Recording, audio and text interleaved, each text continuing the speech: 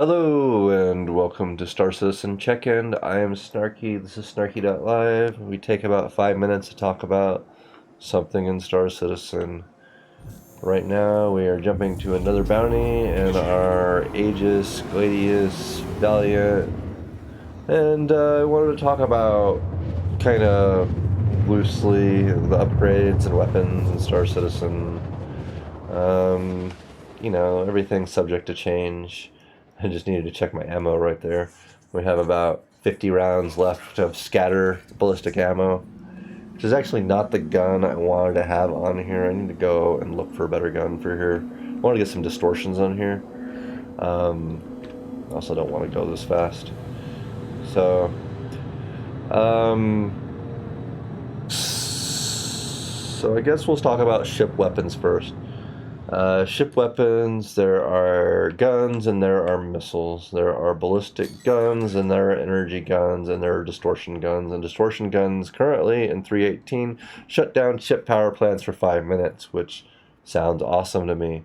So we'll try that in a future, more in-depth, I guess, video on distortions. But just generally overall, ballistics care about shields less, and energy weapons have infinite quote-unquote ammo, although they have capacitors which limits the amount you can fire. And then, that's really all we need to say about that. Then there are missiles. There are various sizes of missiles. The bigger the missile, the slower the missile. There are missiles that target by IR, missiles that target by cross-section, missiles that target by EM, and none of that really matters, because there are countermeasures which you can use to counteract missiles.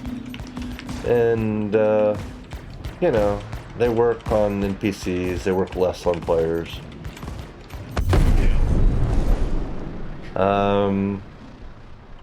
We'll go in depth in all this stuff later. We're just going to knock out the big stuff.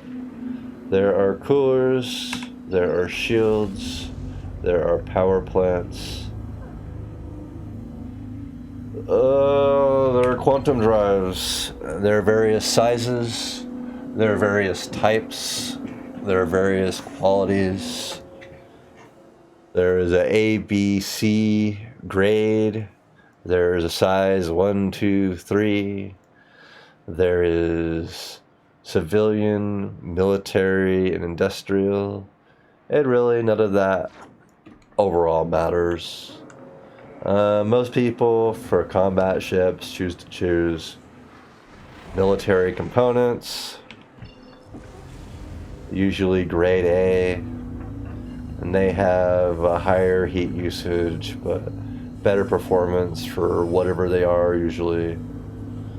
For size 1 ships, for quantum drives, people typically choose the Atlas so that you can quantum jump across the solar system. I do not have an Atlas, so I cannot quantum jump across the solar system.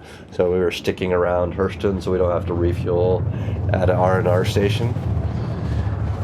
For size 2 ships, medium ships, people choose the XL1, which is a pretty fast quantum drive, good fuel usage. It's good enough for most things in Star Citizen.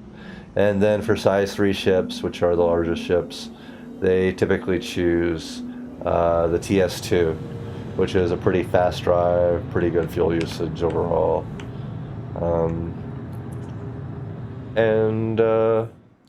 Everybody usually uses the FR grade shields, military shields, FR 68, 78, 86, or something like that. I don't know what they are. It doesn't really matter. I don't have any of those things right now. I have a bunch of crap, just a bunch of mid-grade components. My MFD is not working.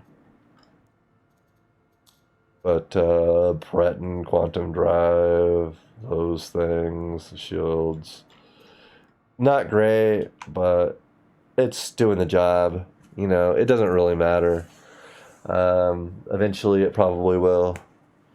But yeah, if you don't want to rearm your ship, Don't choose ballistics. Don't focus on missiles. Choose energy.